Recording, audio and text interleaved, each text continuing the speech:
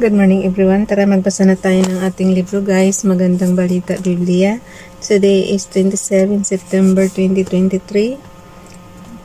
Nandito na tayo sa 1 Samuel chapter 26. Hindi na naman pinatay ni David si Saul. Basa.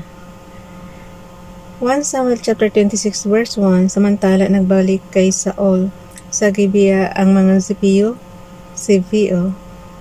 at sinabi nilang si David ay nagtatago sa kabarulan ng Hakila sa silangan ng Jesimon. Verse 2, kaya lumakad si Saul kasama ang 3,000 pinakamahusay na kawal na Israelita patungo sa ilang ng Ziph upang hanapin si David. Verse 3, nagkampo sila sa tabing daan na sa may kabarulan ng Hakila. Ba't ayaw tumigil ni Saul paghabol kay David? Diba na nga siya? Nangako na siyang hindi na niya si David. Kahapon sa binasa natin guys, diba dapat kung gustong patayin ni David si Saul, mapapatay niya. So nagkaayos na sila doon, diba? Tapos dito na naman sa 26, naghahabol na naman siya. Talaga lang. Ulitin ko lang ha.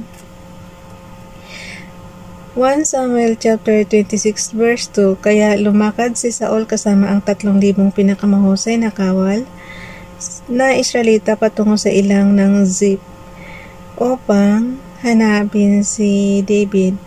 Verse 3, nagkampo sila sa tabing daan sa may kabarulan ng Hakila. Sina David naman ay nasa ilang ng mabalitaan ni David na hinahanap na naman siya ni Saul. Pinalakad niya ang ilan sa kanyang makulit si Haring Saul verse 4, pinalakad niya ang ilan sa kanyang mga basahin niyo na yung verse 4 guys. Pinalakad niya ang ilan sa kanyang mga tauhan upang lihim na magsiyasat. Sa pamamagitan nila, natiyak niyang hinahanap nga siya ni Saul. Verse 5, pumunta si David sa kampo ni Saul upang alamin ang kinalalagyan ni Saul. Nakita niyang napapaligiran si Saul ng mga kawal at natutulog sa tabi nito ang pinuno ng kanyang hukbo na si Abner na anak ni Ner. Verse 6, tinanong ni David ang Hetiong si Ahimelech at si Abisai na kapatid ni Joab at anak ni Sarvia. Sino ang sasama sa akin sa kampo ni Saul? Ako, sagot ni Abisai. Verse 7, kinagabihan lihim na pinasok ni David at Abisai ang kampo ni Saul. Tinatna nila itong tulog na tulog at napapaligiran ni Abner at ng buong hukbo. Ang sibat nito ay nakatusok sa gawing ulunan. Verse 8, sinabi ni Abisai kay David, niloob ng Diyos na mahulog ngayon sa mga kamay mo ang iyong kaaway. Kung gusto mo, tatarakan ko na siya ng sibat, isang saksak lang iyan at hindi na kailangang ulitin pa. Verse 9, ngunit sinabi ni David, huwag mong gagawin iyan, malaking kasalanan na pagbuhatan ng kamay ang haring pinili ni Yahweh. Verse 10, saksi si Yahweh, ang Diyos na buhay, darating ang araw na mamatay rin siya, maaring sa sakit o sa digmaan. Verse 11, huwag nawang itulot ni Yahweh na patayin ko ang kanyang piniling hari. Kunin na lang natin ang kanyang sibat pati ang lalagyan niya ng inumin at umalis na tayo. Verse 12, kinuha nga ni David ang sibat sa ulunan ni Saul at ang lalagyan nito ng inumin at sila'y umalis. Isa man kina Saul ay walang nagising sapagkat niloob ni Yahweh na makatulog sila ng mahimbing. Dumating at umalis sina David nang walang nakaalam. Verse 13, pagdating ni David sa kabilang gulod, tumayo siya sa isang mataas na lugar. Verse 14, sinigawan niya si Abner. Abner, narinig mo ba ako? Ang sigaw niya'y dinig ng buong hukbo. Sumagot si Abner, sino kang nambubulahaw sa hari? Verse 15, sumagot naman si David, di ba't ikaw ang pinakamagaling na lalaki sa Israel? Bakit hindi mo binantayang mabuti ang mahal na hari? May nakapasok dyan upang patayin ang hari, ngunit hindi mo man lamang namalayan. Verse 16, nagpabaya ka sa iyong tungkulin, saksi si Yahweh, ang Diyos ng buhay. Ang Diyos na buhay. Dapat kang mamatay sapagkat hindi mo binantayang mabuti ang haring pinili ni Yahweh. Nasaan ang sibat at ang lalagyan ng tubig ng hari. Verse 17. Nakilala ni Saul ang tinig ni David. David, anak ko, ikaw ba iyan? Tanong niya. Ako nga po, mahal kong hari, sagot ni David. Verse 18. Sinabi pa niya, bakit ninyo ako inuusig hanggang ngayon? Ano po ba ang nagawa kong kasalanan? Verse 19.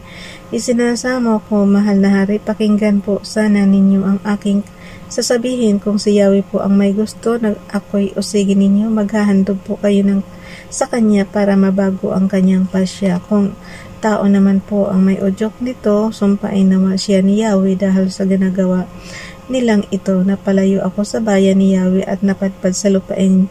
Diyos-Diyosan lamang ang maari kong sambahin. Verse 20, huwag ninyo sanang hayaang mapatay ako sa ibang lupain at malayo kay Yahweh. Bakit ako napulgas lamang ang katulad ay gustong patayin ng hari? Bakit kailangan pa niyang akong habulin na parang isang mailap na ibon? Verse 21, sinabi ni Saul, nagkamali nga ako, David, aking anak, magbalik ka na at hindi na kita gagawa ng masama sapagkat sa araw na ito'y hindi mo na naman ako pinatay. Naging hangal ako, napakalaki ng kasalanan ko. Yan, nagsisi na naman siya, guys. Pangalawa na yan. Nung una, di ba yung ginupit ni David yung laylayan ng kanyang yung kanyang suot na balabal. Okay, ito na naman. Ulitin ko yung verse 21. Sinabi ni Saul, nagkamali nga ako, David, aking anak, magbalik ka na at hindi na kita gagawa ng masama sapagkat sa araw na ito'y hindi mo na naman ako pinatay. Naging hangal ako, napakalaki ng kasalanan ko. Verse 22. Sumagot si David, narito ang inyong sibat, mahal na hari, ipakuha ninyo rito sa inyong tauhan. Verse 23, ang taong tapat at matuwid ay ginagantipalahan ni Yahweh. Sa araw na ito'y niloob niyang mahulog kayo sa aking mga kamay, ngunit hindi ko maaring pagbuhatan ng kamay ang haring pinili ni Yahweh. Verse 24, pinahalagahan ko ngayon ang inyong buhay at naway ganoon din ang gawin sa akin ni Yahweh, naway iligtas niya ako sa lahat ng kaguluhan. 1 Samuel chapter 26 verse 25. Sinabi ni Saul kay David, pagpalain ka ng Diyos, anak, marami pang gawaing maghihintay sa iyo at tiyak kong magtatagumpay ka. Pagkatapos nito'y lumakad niya si David at umuwi naman si Saul. 1 Samuel chapter 27, si David sa lupain ng mga Pilisteo. 1 Samuel chapter 27 verse 1, sinabi ni David sa kanyang sarili, balang araw ay mahuhuli rin ako ni Saul kapag hindi ako umalis dito. Ang mabuti pa ay magtago na lang ako sa lupain ng mga Pilisteo. Baka hindi na niya ako habulin kung hindi na niya ako makita sa lupain ng Israel. Ito na lamang ang paraan upang makaligtas ako sa kanya. Verse 2, kaya isinama niya ang 600 niyang tauhan at nagpunta sila kay Akis, nanak ni Maok at hari ng Gat. Verse 3, doon nanirahan sina David kasama ang mga asawa niyang si Ahinoam na taga Jezreel. Mga talaga, guys, kasi marami siyang asawa.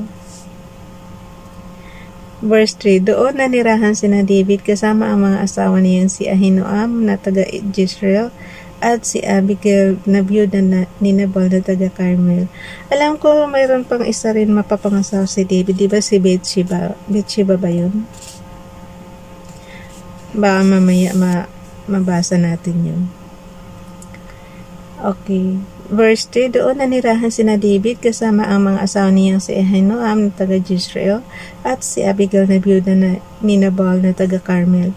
Kasama naman ng kanyang mga tauhan ang kanilang pamilya. Verse 4, nang mabalitaan ni Saul na si David ay nasagat, itinigil nga niya ang paghanap dito. Verse 5, sinabi ni David kay Akis, kung mamarapatin mo, bigyan mo kami ng isang maliit na bayan sa lalawigan upang doon manirahan, hindi nararapat na kami ay kasama mong nanirahan dito sa iyong maharlikang lungsod. Verse 6, ibinigay naman sa kanya ni Akis ang Ziklag, kaya hanggang ngayon ito ay sakop ng hari ng Juda. Verse 7, at sila'y 1 taon at 4 na buwang nanirahan sa lupain ng mga Pilisteo. Verse 8, sa loob ng panahong iyon, sinalakay ni na David ang mga Gesareo at ang Gerzita at ang mga Amalekita na matagal nang nanirahan doon. Umabot sila sa Shur at hanggang sa Ehipto. Verse 9, bawat lugar na salakayin nila ay wala silang itinitirang buhay, maging lalaki man o babae. At bago bumalik kay Akis, sinasamsam nila ang lahat ng kanilang makita, tupa, baka, asno, kamelyo at mga damit. Verse 10, kapag tinanong siya ni Akis kung alin ang sinalakay nila, sinasabi niyang ang gawing timog ng Juda, timog ng Jerahmeel, o kaya'y ang lupain ng Sineol. Verse 11, pinapatay nga niyang lahat ang nakatira. Pinapatay nga niyang, verse 11 guys, 1 Samuel chapter 27 verse 11. Pinapatay nga niyang lahat ang nakatira sa alinmang lugar na salakayin niya para walang makapagbalita sa Gad na ang lugar na iyon ang kanilang nilusog. Palaging ganoon ang ginagawa ni na David sa buong panahon ng paninirahan nila sa lupain ng mga Pilisteo. Verse 12, si Akis naman ay labis na nagtiwala sa kanya sapagkat akala niya ay masamang-masama na si David sa mga Israelita at dahil do'y maaalipin na niya ito habang panahon. Bukas na itong guys, 1 Samuel chapter 28. Bye everyone, God bless.